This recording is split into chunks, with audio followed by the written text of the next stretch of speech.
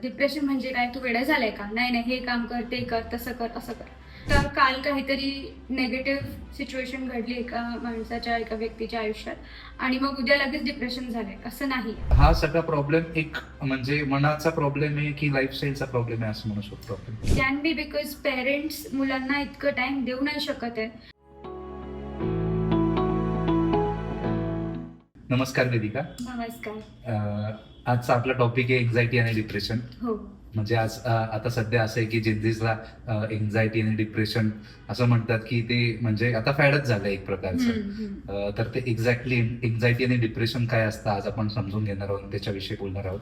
तर मग सर्वप्रथम एन्झायटी आणि डिप्रेशन म्हणजे काय आणि त्याच्यात काही फरक असतो का हे तुमच्या ओके. सो जसं कोविड-19 होता, तो एक आजार. तसंच अँझायटी, डिप्रेशन हे दोघेही मेंटल हेल्थ डिसऑर्डर म्हणजे मेंटल हेल्थचा एक आजार. दोघे वेगळे आहेत. अँझायटीमध्ये कॉमन सिम्पटम्स असतात की तुमचं स्लीप थोडं बिघडलेलं आहे, स्लीप किंवा काही हॉबीज आहे जे तुम्ही रोज करतात पण त्याच्यात आता करायची इच्छा नाही, मनाची इच्छा होत नाही, किंवा खूप थकवा जाणवतो काही न केल्या तरी पण, किंवा मग जेवण नीट नाही होते, मन होत नाही, जे काय. आणि अँझायटीमध्ये धडधड जाणवते किंवा असं जाणवतं की खूप घाम फुटतोय.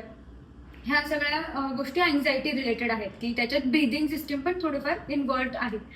Depression on the other hand, ते आपण हे दोघेही गोष्टी मेंटल हेल्थ प्रोफेशनल्स प्रॉपर त्याची स्क्रीनिंग, असेसमेंट्स, टेस्ट करून मग तुम्हाला डायग्नोज करून सांगतात की आहे नक्की की नाही. जसं कोविड-19चं होतं की एक प्रॉपर टेस्टिंग प्रोसेस होती. आणि depression on the other hand त्याच्यात जास्त तर अपसेट किंवा सॅड फील होणं, खूप लोनली वाटणं. खूप फ्रेंड्स आहेत माझे पण त्यांच्यासोबत भेटायची इच्छाच होत नाही, एकटेपणा जाणवतो. आणि हे सगळे ॲटलिस्ट 2 to 6 मंथ्सपेक्षा जास्त जर जाणवत असेल तर आपण मेंटल हेल्थ प्रोफेशनल्सला भेटायला पाहिजे टू नो एक्झॅक्टली की मला आहे की नाही आहे अँझायटी, डिप्रेशन. अच्छा, म्हणजे मग हा एक लो फेज असतो. म्हणजे लो फेज आणि डिप्रेशन ते एकच असतं का? नाही, लो फेज मध्ये मे बी कोणाचं ब्रेकअप झालंय किंवा कुठलीही नेगेटिव्ह सिच्युएशन घडली लाईफमध्ये, त्याच्यात आपल्याला दुःख जाणवतो किंवा गिल्ट वाटतं किंवा काहीही नेगेटिव्ह इमोशन जाणवतो. ते जसं जसं पुढे तो फेज आपल्या लाईफस्टाईलवरती, आपल्या रुटीनवरती इम्पॅक्ट पाडतोय, त्याच्यावरती मग डिपेंडेंट आहे की डिप्रेशन होऊ शकतोय की नाही. जर आता खूप वाईट वाटतंय, काहीतरी इन्सिडेंट झालं असेल कोणाच्या लाईफमध्ये, खूप जास्त वाईट वाटतंय आणि झोप येत नाही किंवा मग जेवण करायची इच्छा होत नाही, मग हे काही काही फॅक्टर्स आहेत ज्याच्यामुळे मग डिप्रेशन होऊ शकतो. ओके. पण मग आता याच्यात तुम्ही सांगितलं की दुःख असेल समजा, म्हणजे निगेटिव्हिटी असेल, पण मग त्याला म्हणजे पॅरलल आळस असेल किंवा क्लिनिकल एक डिप्रेशन म्हणू शकतो, किंवा सगळ्यांना घेऊन एक कन्फ्युजन असू शकतं. तर मग याच्यात काही फरक आहे का? म्हणजे depression, anxiety plus clinical depression, confusion. So depression is clinical depression, anxiety is generalized anxiety disorder. हे दोघे वेगवेगळे डिसऑर्डर्स आहेत जसं मी सांगितलं. आणि त्यांना म्हणजे आपल्याला सर्दी, खोकला, ताप झालाय म्हणजे कोविड झालाय का? नाही. कोविड थोडं ॲडव्हान्स रोग आहे, पण इथे सेम की जसं आपल्याला दुःख वाटतंय किंवा काही नेगेटिव्ह इमोशन जाणवतोय, आळस, कन्फ्युजन जाणवतोय, तर ह्या सगळ्या गोष्टी आहे म्हणून मला डिप्रेशन आहे का? नाही. जसं same with covid example, it's easy to relate and understand. तर त्या हिशोबाने गोष्टी आहेत की ते एक फॅक्टर असू शकतो एखाद्याच्या आयुष्यात किंवा एखाद्याच्या थॉट प्रोसेसमध्ये, but it is not completely equivalent to depression, anxiety किंवा कुठलाही दुसरा मेंटल हेल्थ आजार. तर मग युजली डिप्रेशन कशामुळे होऊ शकतं? युजली कॉमनली जे आम्ही बघतोय, डिप्रेशन इज अ थिंग की त्याला गरजेचं नाहीये की लगेचच लाईक आता काल काहीतरी नेगेटिव्ह सिच्युएशन घडली एका माणसाच्या, एका व्यक्तीच्या आयुष्यात आणि मग उद्या लगेच डिप्रेशन झालंय, असं नाही. ते हळूहळू विथ टाइम आपल्याला जाणवतं. It can start from loss of loved one, कोणीतरी तर नाही आहे तुमच्यासोबत, किंवा ब्रेकअप झालंय किंवा भांडण झालंय घरातल्या घरात. काहीही छोट्या छोट्या गोष्टी जेव्हा ते पायलअप होत चालतात तर मग ते डिप्रेशनकडे वळू शकतात किंवा नाही पण वळू शकतात. डिपेंड्स ऑन द पर्सन की तो कसं ते प्रॉब्लेम्सला डील करतोय किंवा टॅकल करताय. बरोबर. पण आता सध्या ची जनरेशन किंवा सध्याची जनरेशन म्हणण्यापेक्षा सध्याचं लोकांचं रुटीन म्हणजे लोक काहीच नाही करत असे पण काही आहेत हो. किंवा मग त्यांची झोपेची वेळ बिघडली आहे, बिंज वॉच करतात, त्याच्यानंतर मग एक्सरसाइज काही करत नाही, लेट झोपणं, लेट उठणं, आणि त्याच्यानंतर मग या सगळ्या गोष्टीचा परिणाम म्हणजे लॉंग टर्म जर असं केलं त्याचा परिणाम मग एन्झायटी डिप्रेशन मध्ये होऊ शकतो. आता खूपदा असं असतं की पेरेंट्स आणतात त्यांच्या मुलांना जे टीनेज मध्ये आहेत किंवा जेनझी आपण म्हणतो तो क्राऊड मध्ये आहेत, अँड इतकंच की याला खूप फोनचं अडिक्शन आहे, खूप फोन बघतो. पण जेव्हा मी त्यांना काउन्सिलिंगच्या सेशन्समध्ये विचारतो किंवा त्यांच्याकडून जाणून घेतो one on one from the Gen Z individual, तेव्हा कळतं की ते फोन का बघतायत, त्याच्या मागचा जो रूट आहे that is more important to understand. आपण त्यांना सांगतो की फोन नको बघू किंवा दिवसाभरात 2 तासच फोन बघ किंवा मूवीज इतकं सिरीज बिंज वॉच नको करू, पण ते का करतायत? It can B because of loneliness, it can B because parents मुलांना इतकं टाइम देऊ नाही शकत आहे. Both might be working, both might be busy, आणि मुलांपर्यंत त्यांना जे टाइम वेळ द्यायला पाहिजे किंवा आपल्या लहानपणी पण आपण खूप टाइम स्पेंड केलेला आहे पेरेंट्स सोबत घरी, तर आजच्या काळात ते कुठे ना कुठे कमी होतो किंवा बॅलन्स इतकं होत नाही, आणि त्यामुळे मग मुलांना एक सवय पडते की I need something else, maybe friends किंवा फोन किंवा binge watching, I need something else to spend my time with this, मला कम्फर्टेबल वाटेल. सो ते फॅक्टर्स पण इम्पॉर्टंट आहेत. आपण वरच्यावर बघतो सरफेस लेवलला, बट खाली रूट कॉज काही वेगळं पण असू शकतं. बरोबर.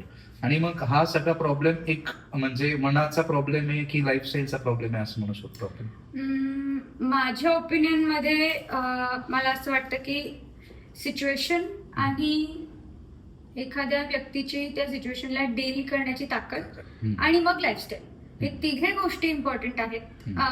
हे तिघांना जसं तुम्ही आता हे तिघांना जर तुम्ही सोबत घेऊन चालतायत लाईफस्टाईलमध्ये, जर तुम्ही झोपत नाही रात्रभर, तुमच्या डोक्याला तुमच्या शरीराला ती शांतता किंवा तो आराम भेटणार नाही. पुढचा दिवस चिडचिडमध्ये जाणार म्हणजे जाणार नक्कीच. नाही चिडचिड वाटली तर काही ना काही इंटरनल कॉन्फ्लिक्ट असेलच बॉडीमध्ये, ते मे बी आता दिसत नाही पण पुढे जाऊन दिसू शकतो. This is an example of lifestyle जिथे स्लीप प्रॉपर नाहीये कारण बिंज वॉचिंग चालू आहे. मग त्यानंतर जसं तुम्ही सांगितलं की प्रॉब्लेम मनाचा आहे का, तर हे सगळ्या गोष्टी आपल्या मनावर किंवा आपल्या विचारांवरती मग हावी पडतात. आणि अगेन लाईफस्टाईलचा जो एक लूप आहे की लाईफस्टाईल प्रॉपर नाहीये, रुटीन प्रॉपर सेट नाहीये, तर ते पण कंटिन्यू होत चालतो. सर ह्याच्यात इट डिपेंड्स की माणसाची कशी ताकद आहे to deal with all of this and to stand up again. त्याला आम्ही रेझिलियन्स म्हणतो की काही नेगेटिव्ह सिच्युएशन झाली आहे, माणूस पडलाय, पण परत वरती येण्याची जी ताकद आहे ती इम्पॉर्टंट आहे. पण मग आता असं म्हणतात की म्हणजे सगळं आता जेनझीचं युग आहे, जेनझी म्हणजे सतत फोन बघतात, त्यांचा फोकस नाहीये, पेशन्स नाहीये, तर मग हे आपण एन्झायटी आणि डिप्रेशन मध्ये धरू शकतो. म्हणजे ते सततच्या रुटीन मध्ये एन्झायटी आणि डिप्रेशन होतं त्यांना, पण मग त्याच्यातून त्यांना बाहेर निघायचं असेल तर मग काय केलं गेलं? सो आजकाल असं पण झालंय की थेरपी इज व्हेरी कूल, खूप ट्रेंडिंग आहे. It's very trendy if you sick therapy, if you sick mental health professional help, and it is not trendy, it is not cool, it is not at all very fancy और good thing की तुम्हाला गरज पडते त्या गोष्टीची. Of course it's good की तुम्ही help घेतात, पण लोक आजकाल कन्फ्यूज होत आहेत. अँझायटी आणि डिप्रेशन झाले, मला आता खूप डिप्रेशन होतं, खूप अँझायटी होते. It can be your feeling अँशियस की तुम्हाला धडधड वाटते, नर्वस वाटतंय. It could be a feeling, not directly a diagnosis. तुम्हाला डायरेक्ट आता थोडंसं खरखर जाणवते मला घशात, मला कोविडच झालंय असं नाही बोलत आपण. सो ते थोडं कन्फ्युजन आणि टॅबू तयार झालं असं मला वाटतं. आणि बाहेर निघण्यासाठी 2026 मध्ये लोकांनी खूप रेझोल्युशन्स बनवले असतील, खूप विजन बोर्ड्स पण बनवले असतील, पण ते आता आजच्या घडीला कितपत कंटिन्यू होतोय ते एकदा बघायला हवं. And I would recommend start with one goal. एक जो तुमचा एक फायनल गोल आहे की मला मे बी वजन कमी करायचंय, तर जर 5 किलो वजन कमी करायचे त्यासाठी मी आज काय करू, आज मला जर जिमला जायचं ऍटलिस्ट जिमचे कपडे आणा आणि सोबत ठेवा, किंवा शूज नवीन घ्यायचे असतील, आता जे शूज आहेत ते ऍटलिस्ट त्यांना पुसून वगैरे ठेवा की तुम्ही पुढच्या दिवशी जिमला जाल. Take one tiny step towards it, म्हणजे तुम्हाला एक एक गोष्टी करताना त्याच्यामध्येच मोटिवेशन जाणवेल. बरोबर. आणि असं पण असतं ना की म्हणजे वाईट सवयी चालूच ठेवायच्या आणि मग म्हणायचं की डिप्रेशन आहे आणि त्याच्यातून बाहेर निघण्यासाठी आपण काहीच नाही करत. म्हणजे आणि मला तरी वाटतं की रिझोल्युशन साठी ना न्यू इयरच यायला पाहिजे असं काही नाहीये. म्हणजे अगदी कोणता पण दिवस तुम्ही धरा आणि रिझोल्युशन करा की मला एवढ्या एवढ्या दिवसात असं गोल सेट करायचे, आणि त्यानुसार मग जर तुम्ही त्यानुसार वागायला सुरुवात केलं तर मग तुम्ही ते गोल अचीव्ह करू शकता. आणि गोल्स स्मार्ट गोल्स असले पाहिजे. हो. स्मार्ट म्हणजे एक स्पेसिफिक गोल असला पाहिजे, मेजरेबल असला पाहिजे, त्याच्यानंतर तो अचिव्हेबल असला पाहिजे, तो रिझल्ट ओरिएंटेड असला पाहिजे, टाइम बाउंड पाहिजे. म्हणजे मला वर्षभरात एवढा असा Yes. गोल हे करायचंय. मग ते जर असलं तर मग ते गोल अचीव्ह करायला मदत केली जाते असं. बरोबर. आणि पण मग आता असं पण आहे की स्वतःमध्ये काही बदल करायचा नाही, पण मग तो डायग्नोसिस शोधणं म्हणजे आपण आपल्यामध्येच की हा मला डिप्रेशन आहे, मला एन्झायटी आहे, मग ते हे एक असं एस्केप मेकॅनिझम आहे असं वाटतं का म्हणजे आमच्याकडे? It can be said as a coping mechanism, escape mechanism असं बोलू शकतो आपण. की वाईट सवयी चालू आहेत, फॅमिली मेंबर्स सांगतात ही वाईट सवय नका करू किंवा नका कंटिन्यू करू, मोडा तोडा, पण त्याला पण सांगायचं उलट उत्तर देऊन की नाही मला तर डिप्रेशन आहे, मग त्यामुळे माझी ही वाईट सवय बंद होत नाही. तर हे एक असं एक मला वाटतं की वे आहे किंवा असं प्रयत्न आहे की ओरिजिनल प्रॉब्लेमला डील न करण्यासाठी किंवा त्याला फेस ऑफ न करण्यासाठी हा एक कारण देणं किंवा जस्ट एक कोपिंग मेकॅनिझम बोलू शकतो. एक कुठलीही वाईट सवय तुम्हाला टेम्पररी वेळासाठी रिलीफ देईल किंवा थोडंफार चांगलं बरं फिलिंग देईल, वाटून देईल तुम्हाला की you are feeling good, you are in a good position, but it is not real. After that period तुम्हाला again you will have to hit and face the original problem. So कुठे ना कुठे एक छोटी स्टेप तरी घ्या, एक सुरुवात करा. की तुम्हाला दिसते की जसं तुम्ही सांगितलं स्मार्ट गोल्स, ते जर तुम्ही सेट करताय तेव्हा असं नका सेट करू की मी डायरेक्ट इतके 10 किलो वजन कमी केले विदिन 2 months. नाही, it is not practical. Instead start small day wise की आता मी इतकं जेवण केलंय किंवा प्रोटीन वाढवलंय, जे काही आहे. सो ते छोटे छोटे गोल्स जसं अचीव्ह होतील तसं हळूहळू तुम्हालाच दिसेल की माझ्या वाईट सवय आणि माझ्या आत्ताच्या करेक्ट आणि चांगल्या हेल्पफुल सवय त्याच्यात किती डिफरन्स आहे आणि किती चांगलं जाणवतोय डिफरन्स.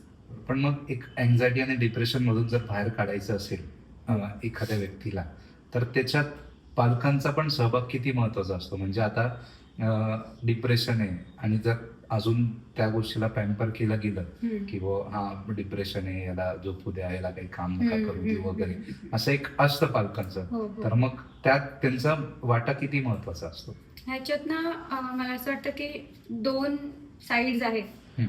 एक साइड अशी आहे की जो मूल आहे त्याला आता डायग्नोज झालंय, समजा डिप्रेशन डायग्नोसिस झालंय, मेंटल हेल्थ प्रोफेशनल सायकॅट्रिस्ट किंवा सायकोलॉजिस्टनी त्याला सांगितलंय की this is the diagnosis after all the testing and these are the precautions or homework assignment जे तुम्हाला करायचं. थेरपी सेशनमध्ये किंवा डॉक्टरांना भेटताना फक्त 1 तास किंवा अर्धा तास किंवा 5-10 मिनिटच तुम्ही त्यांच्या समोर असतात.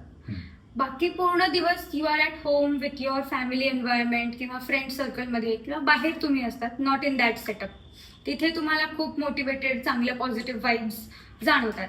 But Wien you are in your space, that is more important की तुम्ही तिथे कसं ॲक्ट करताय किंवा बिहेव करताय. घरी जसं मी सांगितलं इट हॅज 2 साइड्स. काही पेरेंट्स खूपच जास्त सपोर्टिव्ह असतात की जसं तुम्ही सांगितलं की अरे ह्याला डिप्रेशन आहे, झोपू द्या, बरं नाही वाटत आहे, झोपू द्या. आणि दुसरीकडे काही पेरेंट्स त्याला अक्नॉलेजच नाही करत. डिप्रेशन म्हणजे काय, तू वेडा झालाय का, नाही हे काम कर, ते कर, तसं कर, असं कर. त्याच्यावरती अजून प्रेशर बिल्डअप करतात. सो इट इज इम्पॉर्टंट की एक बॅलेन्स आणणं, एक बॅलेन्स मेंटेन करणं from the parents to the child and from the child to the parents. Because I feel that our parents are doing more than the best possible for them. So we should be very grateful. आपल्याला त्यांच्याबद्दल एक तसा भाव, थँक्यूवाला भाव असायला हवा. आणि मग पुढे जसं त्यांचं सपोर्ट, थेरपिस्टचं सपोर्ट आणि स्वतःची विल पॉवर, ते सगळे सपोर्ट करते, पण मला काही करायचंच नाही, मग नाही होणार पुढे. हा बरोबर. पण मग असे पण काही पेशंट असतात की ते फक्त अटेन्शन साठी बोलतात की बुवा हा मला डिप्रेशन आहे आणि मला एन्झायटी आहे, पण मग ते खरंच त्रासात असतात का? मग हे कसं ओळखायचं? हे आम्हाला थेरपी सेशन्स मध्ये ओळखता येतं. कारण एक तर आम्ही क्लायंट सोबत बोलतो, मग त्यांचे जे इन्फॉर्मंट्स आहेत किंवा त्यांचे पेरेंट्स ज्यांना ते ट्रस्ट करतात, नाही आहे आता ते जर दुसऱ्या गावात राहत आहेत, त्यांचे जे फ्रेंड्स आहेत त्यांच्यासोबत असतात, त्यांच्याकडून आम्ही जाणून घेतो की तुमचं ऑब्झर्वेशन काय. Because this is the only best way to know about the person for us. आम्ही तिथे जाऊन नाही ऑब्झर्व करू शकत किंवा बघू शकत त्या सेटिंगमध्ये directly on a daily basis. So त्याच्यामध्ये आम्हाला डिफरन्स कळून जातो की कोण काय सांगताय. प्लस ऑफकोर्स काही सायकोलॉजिकल टेक्निक, स्ट्रॅटेजीज असतात ज्याच्याने, बॉडी लँग्वेज आहे ज्याच्याने समजतं की हा व्यक्ती खोटं बोलतोय किंवा काही वेगळा प्रॉब्लेम आहे जिथे दिसतंय. काही टेस्टिंग त्या प्रकारची असते, आर्ट थेरपी फॉर एक्झाम्पल, किंवा अजून भरपूर स्क्रीनिंग टूल्स आहेत ज्याच्याने आम्ही त्यांना सांगतो की हे तुम्हाला सॉल्व्ह करायचंय किंवा हे तुम्हाला कम्प्लीट करायचंय, and we analyse those reports. So these things help. बरं. पण मग हे झालं की जे लोक प्रॉब्लेम मध्ये आहेत आणि जे तुमच्यापर्यंत येत आहे आणि तुम्ही नंतर मग त्यांना डायग्नोज करून मग ते परत ते पूर्ववत जीवन जगताय असं. पण काही लोक असे असतात की ते डिप्रेशन मध्ये असतात पण ते हेल्प घ्यायला म्हणजे येतच नाही. मग त्यावेळेस म्हणजे मग ते कसं म्हणजे त्यांना डील करायला पाहिजे, किंवा मग ते असं असतात की ते घाबरतात पण कसं काय सांगायचं वगैरे, तर ते कसं डील केलं? ते एक तर असं आहे की फर्स्टली आयडेंटिफाय की एक्झॅक्ट मला प्रॉब्लेम आहे की नाही. जर आहे तर काय प्रॉब्लेम आहे. जर आता समजले की ह्या व्यक्तीमुळे ही प्रॉब्लेम होते किंवा ह्या सिच्युएशनमुळे ही प्रॉब्लेम होते, जे काही फॅक्टर आहेत, ट्राय टू सीक हेल्प.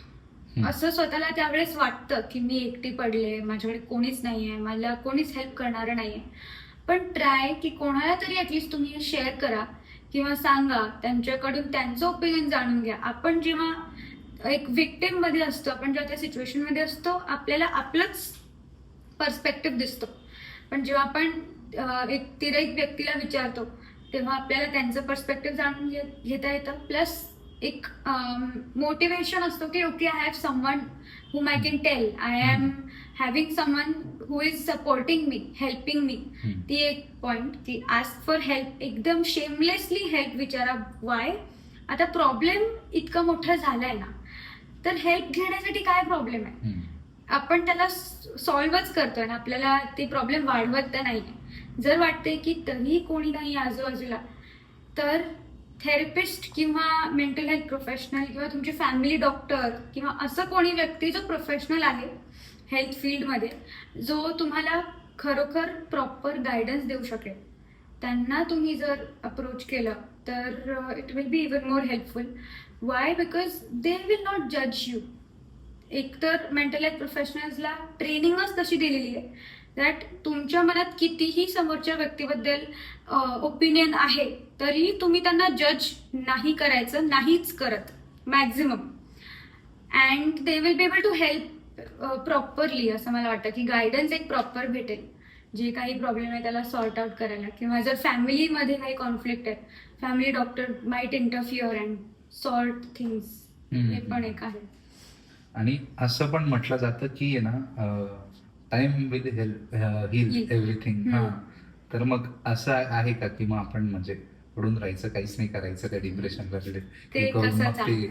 मग ते तसं पण काही लोकांचा माइंडसेट असतो. मग त्याबद्दल काही म्हणजे असं तर नाहीये की मग ते अगदीच 1-1.5 वर्ष फक्त त्या डिप्रेशन मध्ये राहिले, मग एक दिवस आला मग ते उठून परत त्यांनी कमबॅक केला, असं तर नाही होऊ शकत.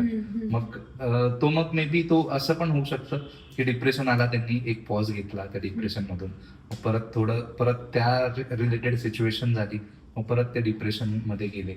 तर मग अशा व्यक्तींना म्हणजे काय केलं गेलं पाहिजे? जर ते असं विचार करतायत की मला आता डिप्रेशन आहे आणि मला काहीच करायचं नाही, हम्म. 1-1.5 वर्ष काहीच नाही करायचंय, ती सिच्युएशन तशीची तशीच राहणार, ती हम्म. कुठेच बदलणार नाही. हम्म. कारण तुम्ही तिला बदलत नाही. कोणीही दुसरं व्यक्ती येऊन तुम्हाला इतकं समजूच नाही शकत जितकं हम्म. तुम्ही स्वतःला जाणून घेऊ शकता. बरोबर. अँड तुम्ही स्वतःसाठी जे काही स्टेप्स घेणार ते दुसरा व्यक्ती तुमच्यासाठी कितीही प्रयत्न केला तरी ते त्या लेवलपर्यंत, सॅटिस्फाईंग लेवलपर्यंत नाहीच पोहोचू शकत. Even if it is parents, best friend, girlfriend, boyfriend, partner, कोणीही असो, सिबलिंग, कोणीही, you are the only person जे स्वतःसोबत constantly throughout your life राहणार आहे. हम्म. सो स्वतःसाठी एखादा अजून स्टेप घेऊन ट्राय करण्यामध्ये काय हरकत आहे? काय होणार आहे? प्रॉब्लेम सॉल्व्हच होणार आहे, किंवा अजून एक ऑप्शन भेटेल, अजून एक वे भेटेल की ह्याच्याने प्रॉब्लेम सॉल्व्ह होत नाही, काही वेगळा विचार करावा लागेल. ॲटलिस्ट तो एक ट्रायल अँड एरर तरी सुरू होईल towards solving the issue or towards coming out of a mental health disorder. हम्म. जर तुम्हाला थेरपी घेण्यासाठी हेजिटेशन वाटते किंवा असं जायची इच्छा होत नाही, घाबरताय, मग जसं मी सांगितलं की तुमच्या सराउंडिंग मध्ये एखादा असं व्यक्ती शोधा किंवा असं बघा जो तुम्हाला जज नाही करून तुम्हाला मदत करायचा प्रयत्न करेल. हम्म. अँड नाही तुम्हाला तेही करायचंय, सो स्वतःसाठी बघू शकता की काय माझ्यामध्ये प्रॉब्लेम्स आहेत रुटीनमध्ये, हम्म. किंवा काय मी इम्प्रूव्ह करायला हवं. आणि त्यासाठी मग क्लासेस किंवा मग स्वतःहून YouTube वरून शिकून थोडंफार त्याला अपस्किल करायचा प्रयत्न करा. हम्म. पण मग याच्यामध्ये सेल्फ टॉक आणि जर्नलिंग जे असतं, हम्म. म्हणजे आपण एखादा 5-10 मिनिटं स्वतःला द्यायचे, आपले काय प्रॉब्लेम्स आहे ते लिहून काढायचे, आणि मग ते लिहिल्यावर मग आपल्याला समजतं की हे प्रॉब्लेम, मग त्याच्यातून मग आपण उत्तर शोधण्याचा प्रयत्न करू शकतो. मग हे किती इफेक्टिव्ह आहे? किंवा मग सेल्फ टॉक पण की बुवा हा असं असं मला होतंय आणि मग त्याच्यातून मग मला असं असं करायला पाहिजे, मग हे किती इफेक्टिव्ह वाटतं या कंडिशन? सेल्फ टॉक मध्ये इट माइट हॅपन की तुम्ही अतिविचारच्या ट्रेनमध्ये चढाल, होऊ शकतो. सेल्फ टॉक करता करता तुम्ही अतिविचार करताय, ओव्हर थिंकिंग करताय, असं होऊ शकतं. ते करण्या अगोदर if you write things down, writing फक्त आपण मुलांना सांगतो की लिहून लिहून लर्न कर, जे काही तुझा अभ्यास आहे ते लिही आणि मग लर्न कर. का? कारण त्याच्यात आपले मॅक्झिमम सेन्सरी ऑर्गन्स काम करतात. आपण लिहितोय, आपण बघतोय, आपण वाचतोय, आपण ऐकतोय, जे काही आपण लिहितोय, आणि that gives you lots of clarity. जेव्हा आपण एकटा बसून सेल्फ टॉक करतोय, it can go to negative overthinking. But जेव्हा आपण समोर बघितलं की हे माझे प्रॉब्लेम्स आहेत, लिहून काढले लिस्ट ऑफ प्रॉब्लेम्स, आणि त्याच्यातून आपल्याला दिसते की ह्या सगळ्यांमधून टॉप 5 इश्यूज काय आहेत, किंवा टॉप 2 गोष्टी असे जे मला जास्त त्रास देत आहेत, बॉदर करतायत, त्यावरती मग मी काम करणं सुरू करते. Because everything will be interlinked, because it is interlinked to you, and then it should help out. Because writing gives you lots of clarity. Plus ज्या लोकांना ना रागीट स्वभाव असेल किंवा इम्पल्सिव्ह खूप आहे, चिडचिड खूप होते, आम्ही असं सजेस्ट करतो की ते सगळं तुम्ही पेपरवरती काढा, स्क्रिबल करून, डुडल करून, फाडून पेपर्स, जे आपले रद्दीचे न्यूजपेपर्स असतात. बिकॉज इट हेल्प्स युअर अँगर get out through the pressure that your fingers are putting. जेव्हा तुम्ही तो राग टायपिंग करून करताय, जर्नलिंगचे भरपूर छान ॲप्स पण असतात, पण वेन यू टाईप थिंग्स तर तो प्रेशर बॉडीतून तितकं निघत नाही बाहेर. वेन यू राईट, तो पूर्ण पेपरवरती लिहिताना प्रेशर किंवा स्क्रिबल करायचं आहे, पूर्ण राग उतरतो बॉडीच्या बाहेर, आणि मग तुम्हाला एक क्लिअर पिक्चर डोळ्यांसमोर दिसून येतो, आणि मग त्याच्यानुसार म्हणजे मग शांत होऊ शकतो. ओके. आणि त्याच्यात अजून एक असा प्रकार आहे, म्हणजे आपण सेल्फ टॉक करतो आणि जर्नलिंग करतो असं सांगितलं, पण मग याच्यातून सगळ्यातून बाहेर निघताना, म्हणजे जर ठरवलं एखाद्याने, तर मग मेंटल हेल्थ सोबत फिजिकल हेल्थ पण लक्ष दिलं गेलं पाहिजे. म्हणजे तुम्ही जर चालून जरी आला, एक चक्कर मारून जरी आला, एक अर्धा तास सकाळी उठून फिरून आले, किंवा तुम्ही जिम केलं, किंवा तुम्ही स्विमिंग केली, तरी पण तुमचं थोडंसं डिप्रेशन कमी व्हायला मदत होते का? म्हणजे मेंटल हेल्थमुळे फिजिकल हेल्थवर किती इफेक्ट होतो, म्हणजे हे विचारायचं होतं. So mind and body are totally connected to each other. Example, जर कोणाला खूप जास्त शोल्डर पेन आहे, इट माइट हॅपन की तुमच्या लाईफमध्ये बर्डन, रिस्पॉन्सिबिलिटी खूप जास्त वाढलेली असेल यंग एजमध्ये किंवा आत्ता खूप जास्त रिस्पॉन्सिबिलिटी आहे ज्याचं बॅग तुम्ही शोल्डरवरती घेऊन चालताय, इट माइट हॅपन. जर बॅक पेन आहे, होऊ शकतं, पीपल शुड चेक की तुमच्या आसपास सपोर्ट किती आहे. का? कारण बॅकचं काम काय आपल्या लाईफमध्ये सपोर्ट. तुमच्या आसपास financial support, family support, emotional support, कुठल्याही प्रकारचा सपोर्ट कमी वाटतोय का तुम्हाला जर बॅक पेन खूप जास्त आहे. नेक पेन, नेक का कशासाठी आपल्याकडे नेक आहे? फॉर द फ्लेक्झिबिलिटी, वरती खाली साईडवेज बघण्यासाठी, मागे पण आपण बघू शकतो through the flexibility of the neck. कुठली अशी सिच्युएशन तुमच्या आसपास आहे का ज्याच्यावरती तुम्ही फक्त एका व्ह्यू, एका पर्स्पेक्टिव्हने बघताय आणि फ्लेक्झिबल होऊन बाकी पर्स्पेक्टिव्ह कन्सिडर नाही करत आहात, असं आहे का? That might come out through neck pain. Y? Because it is connected. आपल्या शरीरामध्ये तो ब्रेन, तो माइंड इन्स्टॉल्ड आहे by default. And if you feel खूप जास्त चिडचिड होते, मन शांत नाही आहे, किंवा आतल्या आत खूप जास्त चिडचिड जाणवणं, फ्रस्ट्रेशन जाणवणं, त्यामुळे body tries to remove the negativity out through acne, through pimples किंवा थ्रू स्किन प्रॉब्लेम्स किंवा इंडायजेशन. बॉडी आतमध्ये कधीही नेगेटिव्ह बॅक्टेरिया किंवा नेगेटिव्हिटी, टॉक्सिसिटी राहू देत नाही. जसंच त्याला आयडेंटिफाय झालं की तो प्रयत्न करतो बाहेर काढण्याचा. आपल्याला वाटतं की अरे मला फक्त मान दुखते, बाम लावून झोपून घेते, but it is still continuous. May be root cause mental health related असेल. जर तुम्हाला जाणवलंय, समजलंय की मला एक मेंटल हेल्थ प्रॉब्लेम आहे, किंवा खूप उदास असते मी, खूप चिडचिड करते मी, काहीही एखादं फॅक्टर जर तुम्हाला जाणवत आहे, try to channelise it through physical movement. दिवसभरात जर तुम्ही 2 मिनिटं पण स्ट्रेचिंग केली तरी चालेल. खाली फक्त वॉक करून आले नाही, तुम्हाला घराच्या बाहेर जायचं आहे, घरातल्या घरात वॉक केलं इन्स्टेड ऑफ बेडवरती पडून राहण्यापेक्षा जर तुम्ही थोडंसं मुवमेंट केलं, तुम्हाला बरं वाटेल. Because it releases some hormones to make you feel better and to give you थोडं हेल्दी एन्व्हायरमेंट, जसं आपण म्हणतो. पण मग आता मोबाईल बघून पण असं डोपामाइन रिलीज होतात, म्हणजे असं म्हटलं जातं. तर मग व्यायाम करून पण तसं असतं का? म्हणजे व्यायाम करून किंवा मग तुम्ही एक्सरसाइज केली किंवा मग तुम्ही काही आवडीचं वाचलं तर मग त्या याच्याने पण डोपामाइन रिलीज होतं का? हो, म्हणजे याला एक टिपिकल आन्सर देणं म्हणजे जे आपले अँसिस्टर्स, पूर्वज होते, त्यांच्याकडे मोबाईल नव्हता. बट आपण एक ॲनलाइज करतो तर आपल्याला असं वाटतं की माझ्या आजोबांची लाईफ किती सुखद होती, किती छान होती. असं का? कारण त्यांच्या लाईफमध्ये mobile, phone, radio, T V किंवा हे सगळ्या गोष्टी नव्हत्या.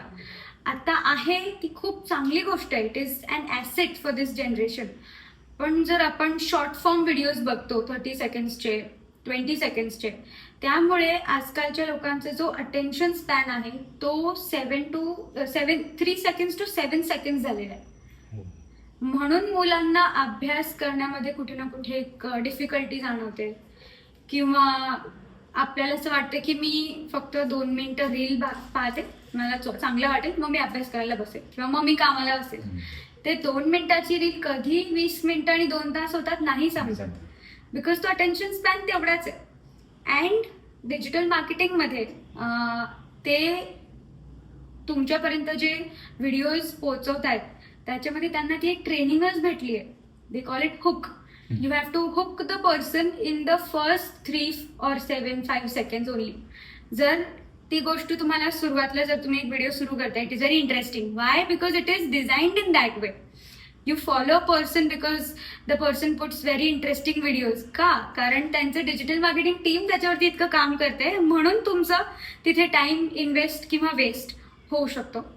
सो त्याच्यात डोपामाइन रिलीज होतोय कारण ते एक्साइटिंग आहे.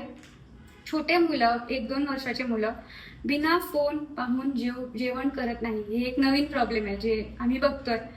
त्याच्यात वी सजेस्ट की फोनच्या इक्विव्हॅलंट किंवा ते ऑनलाईन व्हिडिओजच्या इक्विव्हॅलंट काहीतरी एक्साइटिंग ॲक्टिव्हिटी तिथे ठेवा.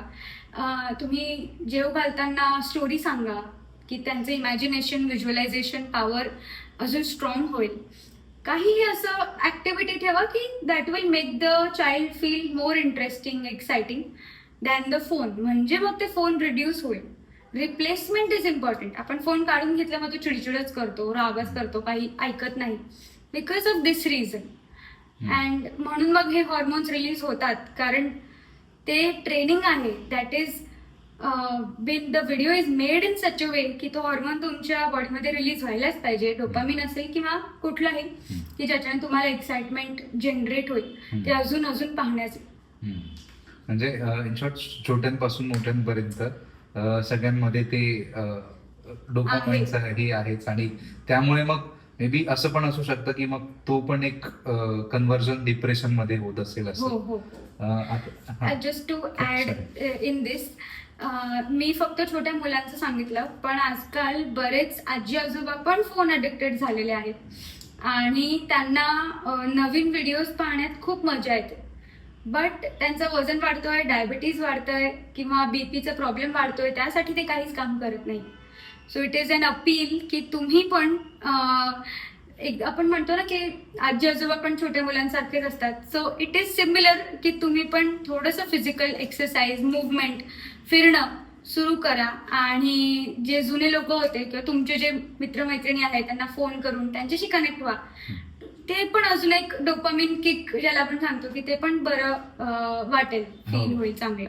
आणि तुम्ही जेवढे रिअल कनेक्शन बनवाल, जेवढे समोरासमोर फेस टू फेस तुम्ही गप्पा माराल, मित्रांमध्ये जाल किंवा कुठे फिरायला जाल, नेचरमध्ये जाल, तर तेवढं एक त्या डिप्रेशन मधून किंवा अँझायटी मधून बाहेर येण्यासाठी तुम्हाला मदत करेल. आणि एक शेवटचा प्रश्न असा आहे की अँझायटीने डिप्रेशन आपण म्हणतो ते ओळखण्यासाठी ना आपण स्वतःला काही प्रश्न विचारले गेले पाहिजे. कारण बरेचसे लोक यायला कचरतात, नाही म्हणतात. तर मग आपण ते कसं ओळखायचं की आहे अँझायटी आणि डिप्रेशन, आणि मग ते असेल तर ते एक्सेप्ट केल्यानंतर मग त्याच्यातून बाहेर कसं निघाला गेलं पाहिजे असं. Okay, so to start with काय प्रश्न विचारायला हवे. एकदम स्मॉल फॉर्मॅट आहे. 6 अल्फाबेट्स आहेत, 6-7 अल्फाबेट्स आहेत. SITCOM, sitcom. S for sleep, I for interest. Interest काहीही हॉबी, कुठलीही इंटरेस्टिंग गोष्ट जे तुम्ही रोज करत होते पण आता त्याच्यात इंटरेस्ट येत नाहीये. T for tiredness, C for concentration level. O म्हणजे फिलिंग ऑन द एज. खूपदा असं वाटतं आपल्याला की आता बस झाला, आता मी या टोकापर्यंत पोहोचलोय, आता जर काही अजून झालं की मी पडणार. सो ते on the edge feeling. M for memory and feeling negative. Emotions जे आहेत तुमचे ते तुम्हाला नेगेटिव्ह साईडला जाणवत आहेत का? इरिटेशन असेल, राग असेल, चिडचिड, धडधड असेल किंवा खूप दुःख फील होतोय, गिल्टी, काहीही नेगेटिव्ह. कधीही कुठलंही काम करताना डोकं तिथे प्रेझेंट नाहीये. मी हे काम करते, मी आता तुमच्याशी बोलते, पण माझं डोकं काहीतरी वेगळंच विचार करतोय. झोनिंग आउट, अति विचार करणे. ह्या सगळ्या गोष्टी मधून कुठली एक पण जर गोष्ट बिघडलेली आहे का माझ्या लाईफमध्ये? जर आहे तर का बरं, कधीपासून, काय एक्झॅक्टली बिघडलेलं आहे, माझ्या हातात आहे का त्याला सॉल्व्ह करण्यासाठी? एक्झाम्पल, जर स्लीप बिघडलेली, मी बेडवरती जाते, मला झोप येतच नाही, पण जेव्हा मी 11 वाजता सोफ्यावर बसून टीव्ही पाहते तेव्हा मला खूप झोप येते, मग मी पलंगावर जाते रूम मध्ये झोपायला, पण झोप लागतच नाही. हे कधीपासून होतोय, का होतोय? If you are able to solve it at your own pace, तुमच्या स्वतःच्या स्पीडवरती, स्वतःच्या लेवलवर जर तुम्ही ते सॉल्व्ह करायचा प्रयत्न करताय आणि ते होत आहे, व्हेरी गुड. नाही होत असेल, एक छोटीशी मदत मागण्यामध्ये काय हरकत आहे? आपल्या घरी आपलं काम कमी करण्यासाठी कामाला मावशी ठेवतो आपण, सिक्युरिटी ठेवतो. मग बॉडीला थोडं अजून बेटर फील करून देण्यासाठी एक प्रोफेशनल हेल्प घेण्यामध्ये काय प्रॉब्लेम आहे?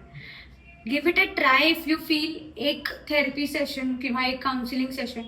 तुम्हाला वाटतं ऑफलाईन नको, माझ्या शहरातल्या लोकांना समजून जाईल की मी असं करते. ऑनलाईन पण भरपूर ऑप्शन्स अवेलेबल आहेत.